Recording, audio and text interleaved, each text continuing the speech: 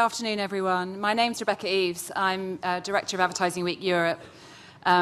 We work very closely with Google in Europe and delighted to present this session on their behalf today. I think if you were to do buzzword bingo, influencer would be right up there this week.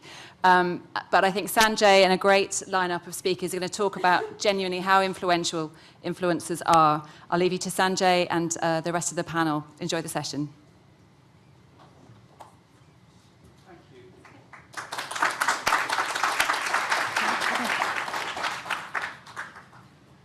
What do I need? I need a clicker of some kind.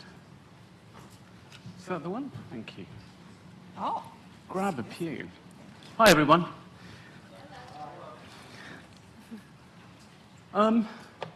Is it hype or is it real influencer marketing? So everyone's doing influencer marketing at the moment, and we have heaps of people coming up to us and saying, this is the big thing. This is the latest thing. It gets more reach than that television campaign that everyone's been telling us to do. This is celebrity marketing for the digital economy. Wonderful. And people keep throwing heaps and heaps and heaps of money at it. And then clients come to me one day and they say, so we didn't measure the ROI. We didn't seem to get any sales out of it. I don't know, it didn't really shift the brand metrics either. So what's the point of it? And I want to do it like that brand over there did it. But you can't do that because you're not that brand. And so we get to this really difficult position of people don't know what it's for. They don't necessarily know how to use it. They're using it like they would have used, say, celebrity marketing a while ago. And so in this moment of exasperation, okay, I'll fess up. I was watching a presentation and I saw a picture of PewDiePie and this is before PewDiePie's politics became evident, and it was sort of tens of millions of followers, and everyone was almost like worshipping at this altar of PewDiePie, and I just said, so what? It's a reach figure. This is what people like me have been talking about in television since 1842 when I was young. We talk about reach. Is that all this is? And so what we did was we spoke to YouTube and Google and partnered with them very closely. And they commissioned a study, which is the biggest study of its kind that's ever been undertaken, to try and decode, and this is the US and the UK, and it was to try and understand what is influencer marketing, what does it mean, is it the same as celebrity marketing, what should I be using it for, is it better at some jobs than other jobs, is it really the celebrity marketing of today, should I use the same sorts of tools like endorsement that I've done in the past, or should I be doing something else altogether? You want me to sit down? No, stand on the stage. Oh, stand on the stage, okay. I feel my liberty has been jeopardized. I want to explode a few myths before introducing this amazing panel of people who've worked with extensively, won fantastically, and have sometimes lost just as spectacularly through influencer marketing. First great myth to explode. This is the digital economy version of celebrity marketing. Wrong. They may look fairly similar, Markiplier and Zac Efron, though Markiplier's probably just slightly younger, not much. They may both have really difficult agents, and they may both have fantastic reach figures, but there, the similarities end. If you want to raise awareness, if you're a brand that's sitting there thinking the big shift that I need to make is recall, awareness, don't go to Markiplier, it doesn't work. Celebrity marketing is far more powerful at raising awareness than influencer marketing. So if you think, oh, I'm going to shove all my ad budget for raising awareness into influencers, think again. However, when you then start getting into things like brand affinity, so I feel really close to it, I love it, or brand familiarity, yeah, I know what it's all about, I know its story, I know how it works, think influencer. It scores significantly higher. They're both, by the way, they're at about parity on purchase intent, but they do different things.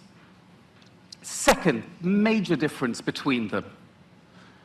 When you ask people what makes them like celebrities in marketing, and you ask people what makes them like influencers in marketing, you will get radically different criteria. And probably, I'm going to bucket these together. Humor. Irreverence, poking fun at things, is hugely important for an influencer. It's completely unimportant. It doesn't even register for a celebrity. Good looking is way up there for a celebrity. It barely even features for an influencer, despite the fact that many of them are so good looking. Sorry, I had to throw that one in. So, humor. How are you choosing them? At that point in time, you ask, why? Why is irreverence important? Because if you're an influencer and you're sitting there and you have your fantastic YouTube stream and you're not taking every product that you show too seriously, well, it clearly says that when you do take one seriously, that maybe it's worth listening to. Whereas if you're a celebrity, you know you've been paid enormous amounts of money as Brad Pitt to market a lady's fragrance. I mean, so there's some very big differences there. Another thing we have put to us, another myth to explode, is that this is a one-trick pony, and that trick is called beauty. It's all makeup tutorials. Everything here is makeup tutorials. Well, it's not. And we looked at a heap of different categories. We looked across everything from alcohol to parents and toys, automotive, snacks, and a gratuitous picture of Jon Snow. So movies and entertainment. I had to put that in. Just to try and understand, does influencer marketing deliver? Do you know what? Every single one of these outperforms beauty on brand metrics. So you may think of it as a beauty channel. It's not. Actually, beauty scores a little bit. I'm exaggerating to make a point here. But beauty does not score as highly as these other categories in shifting brand metrics. Okay? However, they do very different things. So let me go back a sec. So for example, for alcohol, influencer marketing is really powerful at driving affinity. I love it. It's part of my life. It's rubbish at driving any kind of brand familiarity. Auto, it's the exact opposite. So you get into this really interesting bit of nuance where categories operate differently and marketing tasks operate differently. You then add the final layer of complexity. I promise I'm not going to make it any more complex than this, which is content. Once it was really easy, you just get Jen. Jen, can you please hold the bottle of water like that and get the art director and, oh no, tilt it a little bit more.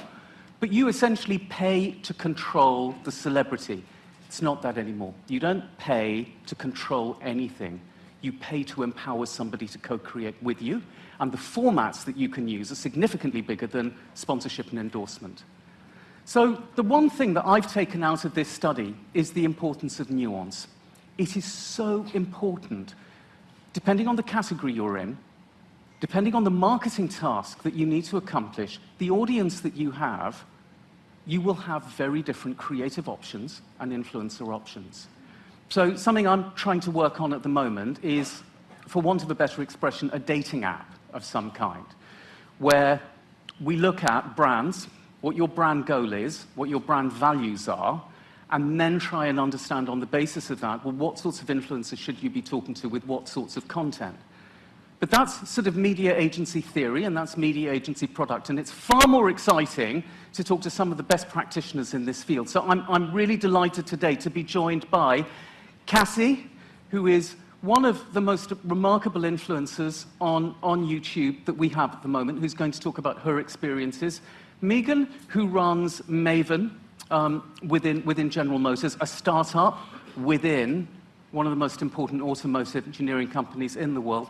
And Katie, who probably has the job I most envy in the world because she has to look after the brand of Sugar Patch Kids, which Sour Patch Kids, which I eat all the time.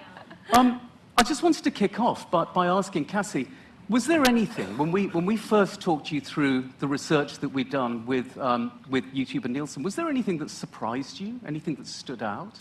Well, what you just said on stage about how brands are no longer paying to control a celebrity, the brands are paying to have the opportunity to collaborate with an influencer is so powerful, because if you guys are looking to get your message across, it's not about making sure your verbal statement is stated in the first 15 seconds of my YouTube video. It's about us being on the same page about growing your followers, maybe selling more of your product. So trust me with the creativity to get your message across. I think that's really important.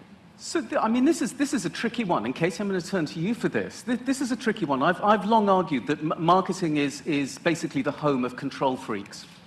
That we all go into marketing because we want to define that target audience. We want to define exactly that message. We want to control how big the logo is. We want to control the media that we're exposed to. And what you seem to be saying, Cassey, is fundamentally different from that. And I suppose I'm interested in, you have an iconic brand, something like Sour Patch Kids. How do you do that? Yeah. How do you let go of brand control?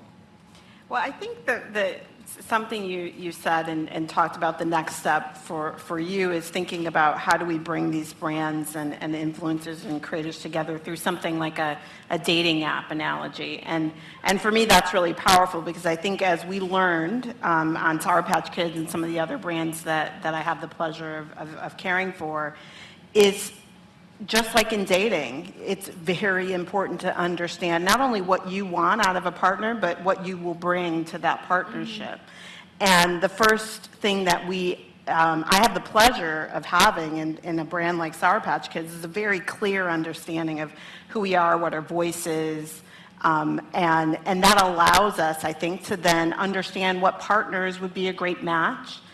And that enables us then to take more risks with that partnership and say, hey, I know that this partner is well aligned with what the voice of my brand is, and I know that they will care for that brand because how they're engaging with their audience is in sync with what we're looking for. So I think the most important thing for brands is to really understand who you are and what your voice is, for sure.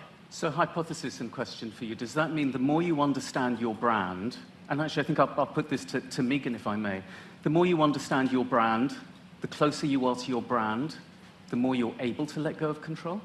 Absolutely.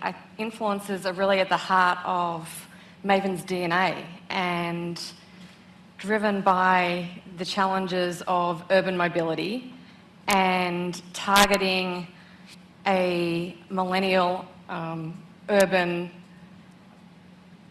sharing member who is into experiences and sort of driven by this tension that it is about the moments that matter. And in this hyper-connected world, we're actually more disconnected. And so Maven is the enabler that allows our Mavens to connect. And so as we look to influencers, it is trying to connect at that purpose and at the value level rather than the message we're trying to convey. And if you can do that, and obviously the great thing for us is that we entered into this new influencer marketing realm. It's not like we're this legacy brand that we're trying to attract a new aspirational target. And so influencers are key to us establishing our brand. So this is interesting, and it's possibly something that some of you, if you work on a brand, you might find interesting to try. So I often used to say to clients in workshop-type sessions, what would you be like if you were a startup today? And I think that there's something about Maven, there's something very interesting there, which is this idea of, if you were a brand being born into the middle of this influencer landscape, what would you do today? So if you were a candy, but being born today into that environment, what would you be doing? If you're an automotive, clearly, if you're a transportation system, you've got something like Maven, which I find really inspiring. I suppose it's quite easy to think that Maven is the greatest thing on this planet because it is so novel. What mistakes have you made with influencer marketing? I think it's preparedness. I think in my first few weeks at Maven, as we started to look at how we're going to approach it, the expectation that, to your point, Cassey, that you're going to see your brand in the first 3 seconds and that this is the message we're trying to convey, it is very much stepping back and connecting at the higher order. And really connecting from a purpose standpoint.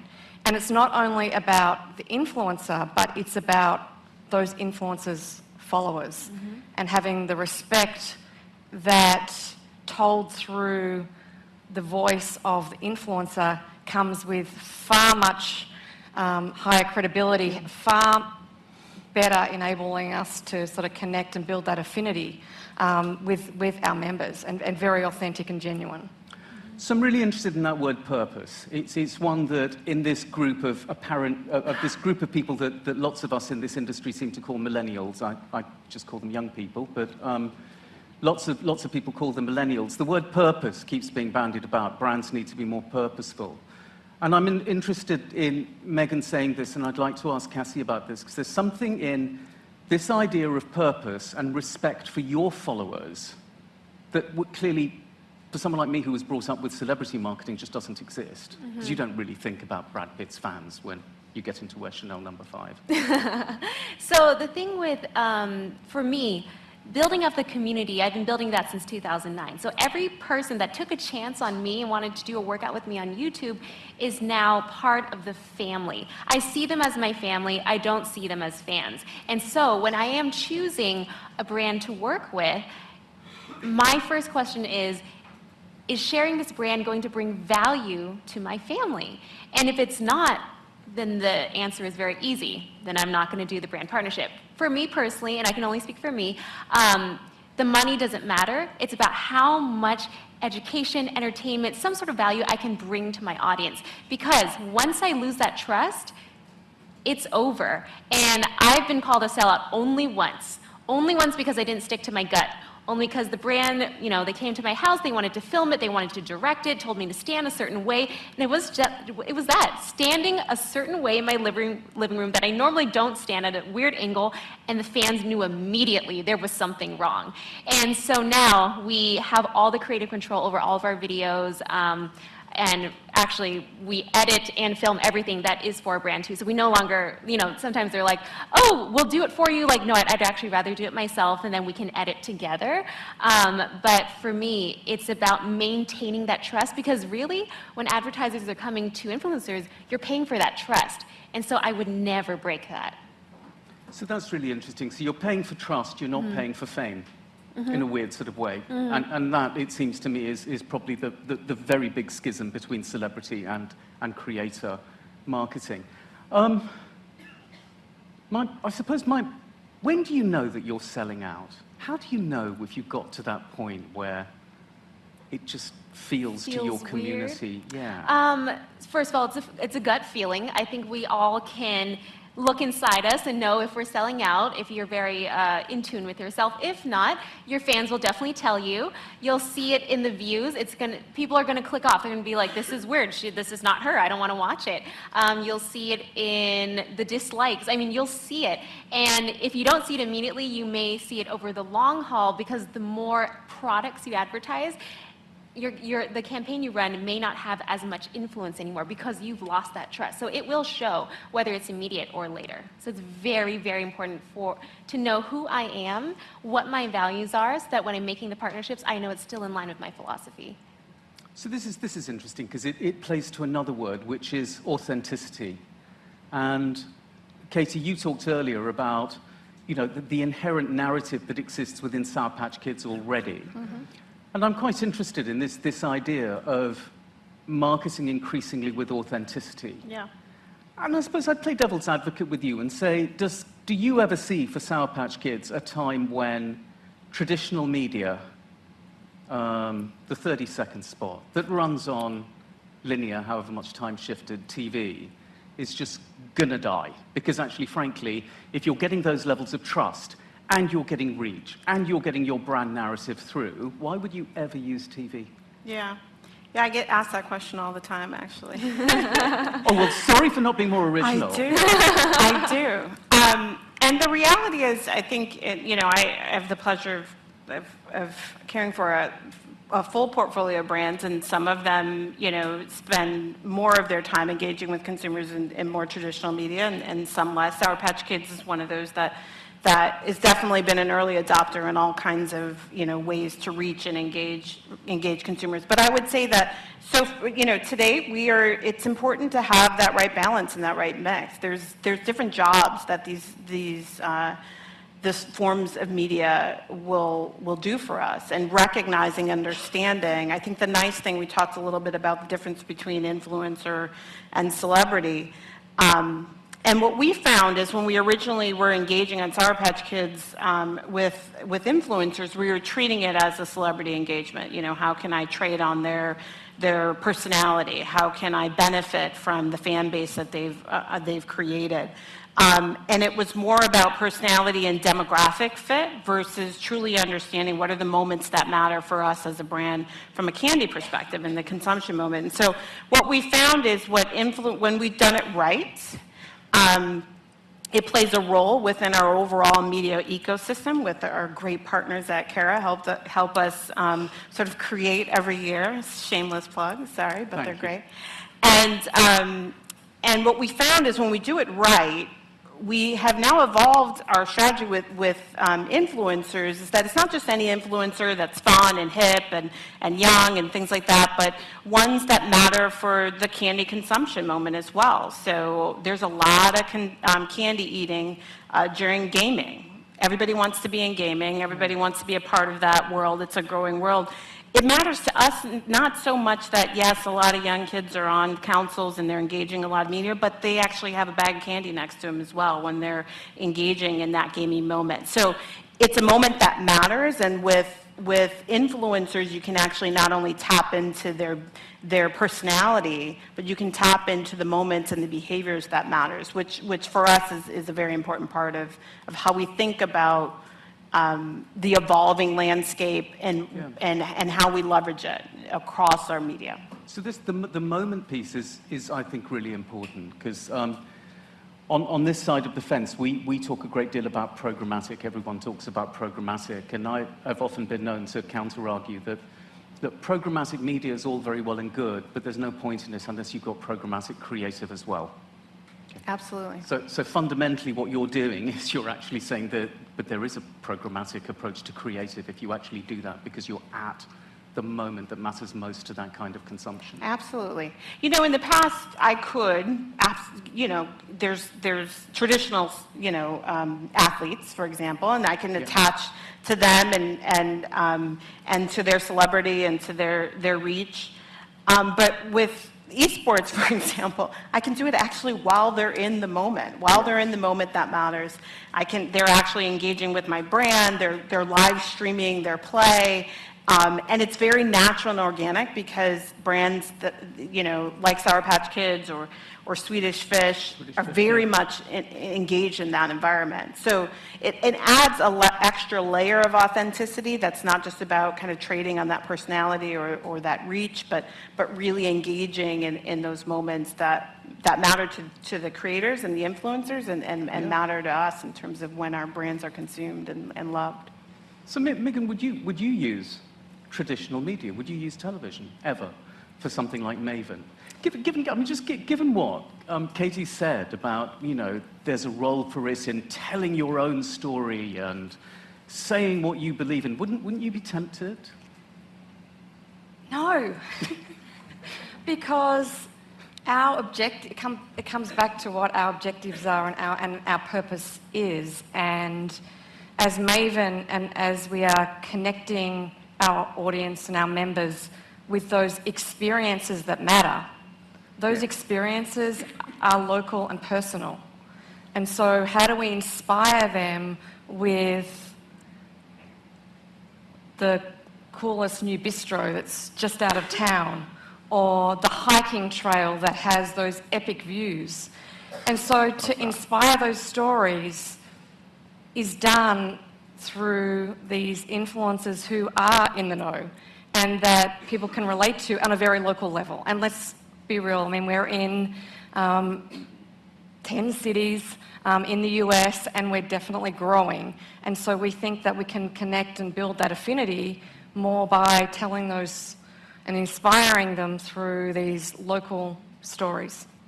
So this is fascinating because we come up with so many silly sound bites in our industry, and this idea of brands as a platform for our consumers to express themselves, which we've been hearing for decades now, that seems to have made it real. That you're just not having your own voice. You're actually, all you're doing is you're harnessing like-minded purpose and... Yeah, and we're a startup, so we're leveraging the power of the influencers through their own voice to define our brand. And it's not about, here's the messaging that we're trying to articulate. Here is, we're trying to grow this sort of inspirational brand that does tap this higher order. Sounds very high order, doesn't it? It's aspirational. It's quite spiritual, actually. Yeah, it's very spiritual. So this is, I mean, you've got, Cassey, we've got two, really important clients here who are completely on the program. They get this. They've made mistakes. They know what they will do. Very different approaches. How do you go about, or just answer something else. What proportion of potential brands that come to you are as enlightened as Katie and Megan? And how often do you have to say things, well, how often do you have to respond to comments like, can you please make the logo bigger?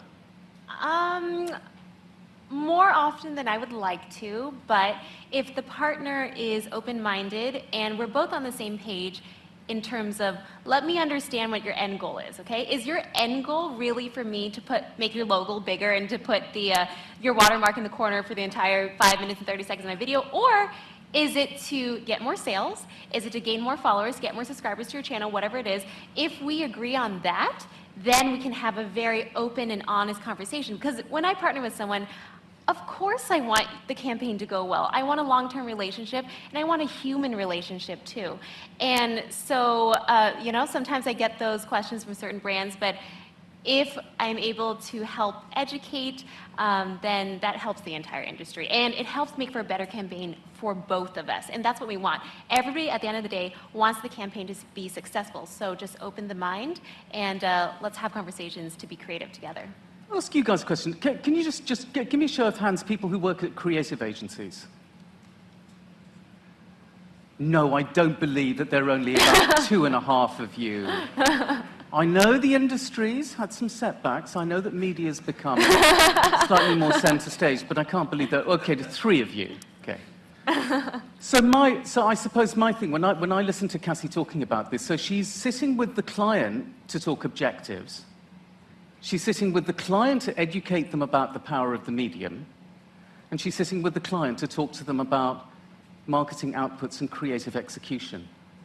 What's the role of a creative agency in a world of Cassey's? And that's kind of like a question more for you guys to navel gaze about, I think. But I think we're entering a really interesting world here where you are so brand literate. And I suppose what I wonder is, to what extent are the other influencers that you're in contact with, the other YouTube creators, to what extent have they actually become as brand literate as you? Like anything else, there's different levels of brands, companies, influencers. And I think the influencers that have lasted the test of time, who have been making videos for a long time, are the ones who are brand literate, who understand what their values are, what they stand for, and who they can partner with to continue this career, because it is a career. You don't want to just be hot for 1 second and gone the next because you totally sold your soul out to somebody else for an amount of money, because it's not worth it. What's worth it is that trust you create with your audience, that community that you've built, and how much, how you have to understand your role and the power that you have, and you have to use it responsibly. So I think the ones who understand that, and the ones who are here to educate, to teach, to bring value to the community are the ones that last the test of time. It's really interesting. So brand literacy then starts to become a determinant of whether somebody wins as an influencer. That's really fascinating, and I personally find it exciting and scary. Megan, do you use a creative agency at all for Maven? So Dentist Aegis Network is our fully integrated agency, and I'd have to say the model is pretty seamless across all those channels of the agency, from the ideation of the idea to optimizing their campaign. And that was why we actually flexed the model and formed the model to be designed to fit this sort of approach. It's really interesting, because that points to a very different kind of model, which I think our industry may be moving towards, albeit, Katie, within a mixed economy world, where you will still have creative agencies to do certain things, certain foundational pieces. Yeah, I mean, we definitely still have agencies, and what we find is the agency partners that just like us sort of understand what needs to be held precious and what doesn't, and creatively there are things that are distinctive assets that we know every time we come to the table we need to ensure that we maintain consistency and authenticity with those assets. But then there's times where we need to hold, creative decisions a little lightly. So you talked about programmatic creative approach. That requires you to say, hey, this may work, but let's try this as well. And maybe we'll try this. And the ability to walk away from this idea of, the grand reveal of the creative, insight and the execution that is gonna grow your business, exponentially and win 20 million, awards. Honestly, I think agencies have to start thinking about how can I hold my ideas a little less tighter, and how can I experiment and learn, and how can I have fun with that? And I find the agencies that are willing to do that with us, we have had so much fun and created some of the best work that people talk about quite a bit. And that flexibility and that willingness to be a little less precious about that creative work, I think, is important as you're moving forward, for sure. It does. I mean, it requires a very different culture within creative agencies. Absolutely. I would have thought. Working with someone like Cassey is going to be fundamentally different from working with a model and a photographer, where, in a sense, you can art direct them into exactly the position that you want. And suddenly you've got your photographer and your model are actually telling you how to do it. And it does, I think probably the biggest obstacle that I see to greater adoption of really brilliant influencer marketing that does authenticity and trust with a sense of community is probably the culture of our own agencies in some ways. Mm-hmm. And I think traditional brands and structures within our own companies, how do we take what we learn as a startup and then apply that back to some of the processes for the bigger business? Because we're very used to, here's the pre-production shooting board and here's what we're signing off on, and it's all very well prescribed as to who's approved the concept.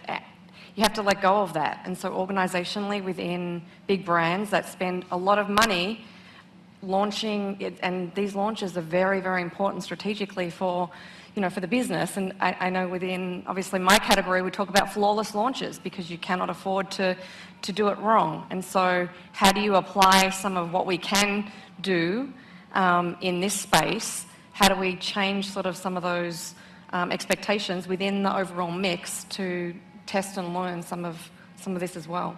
She's talking about learning a lot, and Cassey talked about educating some of her clients into how best to use it. Cassey, at Mondelez, on your, is it now called refreshment? It's called refreshment, isn't it? What's your category? Is it gum? I have gum confections, so I have candy, gum, and believe it or not, halls. Because globally, that is a candy. It is a little tidbit for you guys all to take home with you. It's a candy that you also keep in your medicine cabinet. Absolutely. There you go. Yes. It does both, and we love it. So can you take learnings from Sour Patch, let's say, and apply them across the entirety of your portfolio and adopt the same approach? Absolutely. I think the last part of adopt the same approach, maybe not so much, but absolutely. I think the learning process and what I always like to say is, yes, things may be really risky, but either you're going to win big or you're going to learn big, right? And that's our objective. Is one of those two things are happen. We're going to win big or we're going to learn big. And I don't, it's not a failure, it's a learning opportunity. And how do we take that learning and then, apply that to, future opportunities? And so Absolutely. I think we've been winning big and learning big on Sour Patch Kids and on Swedish Fish. And I've been able to apply that to the Trident brand as we get more and more engaged in the digital landscape and evolving our media mix. And the important thing is you have to build in up front, that the learning capability. And you have to have a mindset that, okay, what is it that I can learn from this? And how can I ensure that this learning can be scalable across the businesses? But 100%, that's our goal. Our number one goal every time is either to win big or learn big. And we have a process then to kind of codify those learnings and then spread them across. I'm going to adopt that as my mantra from now on, win big or learn big. Yeah. Isn't that great? I love that. Love that. Absolutely. So, look, we've got a few minutes left, and I want to get to the practicality of this, and I want to bring Cassey in again. So Cassey, let's just say that this audience is now totally sold on the idea of influencer marketing. They want to work with influencers. Okay. They've got some fantastic learnings from Megan, from Cassey yourself.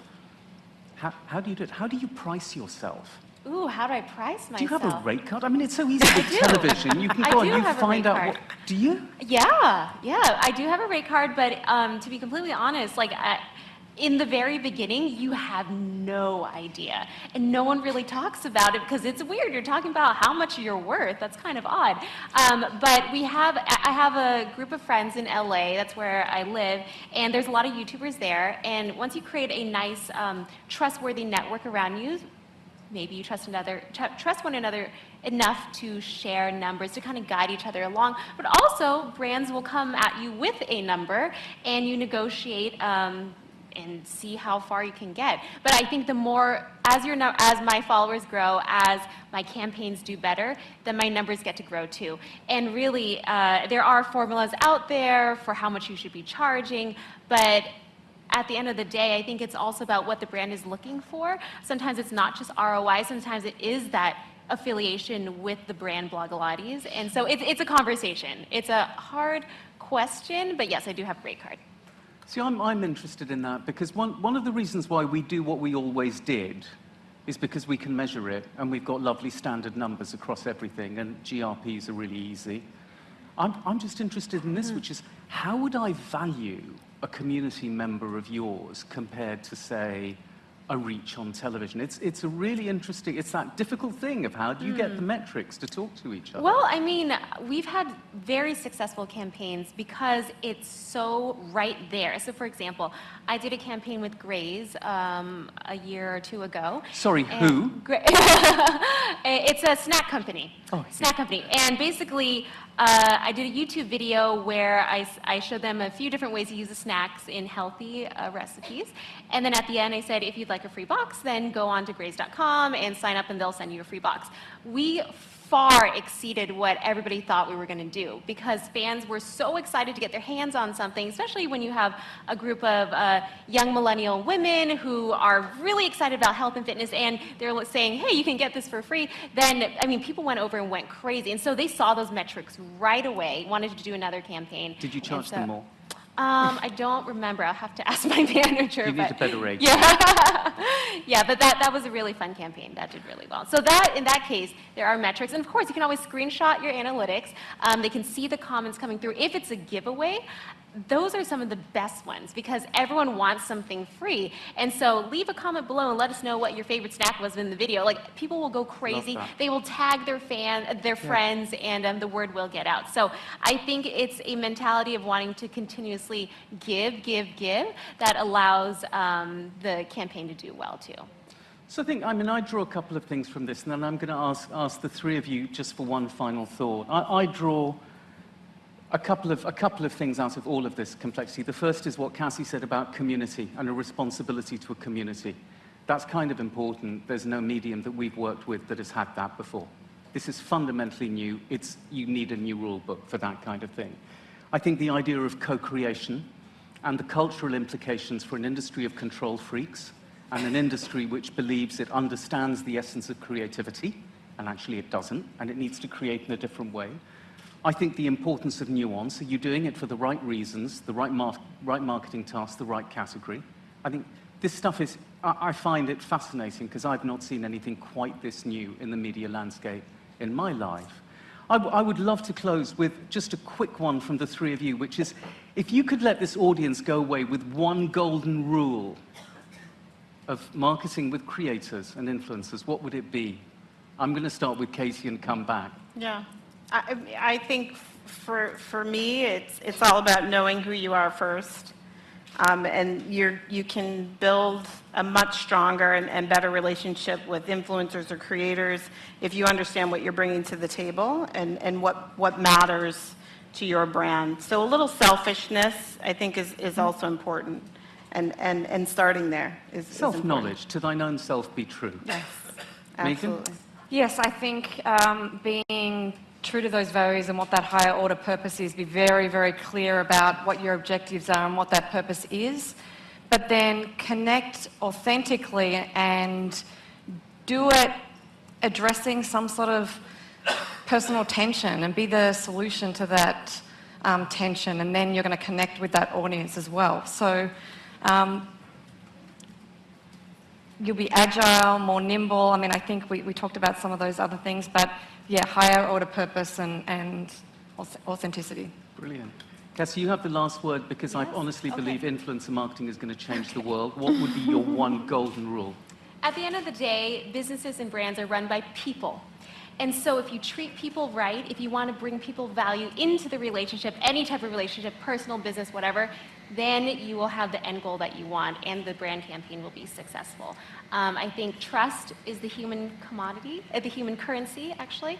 And so we all need to continue to cultivate that and exchange it with each other in an honorable way with integrity. So my last Jerry Springer word on this is that our industry changes so much, and yet what we always come back to is people and trust. Thank you very much. Thank you.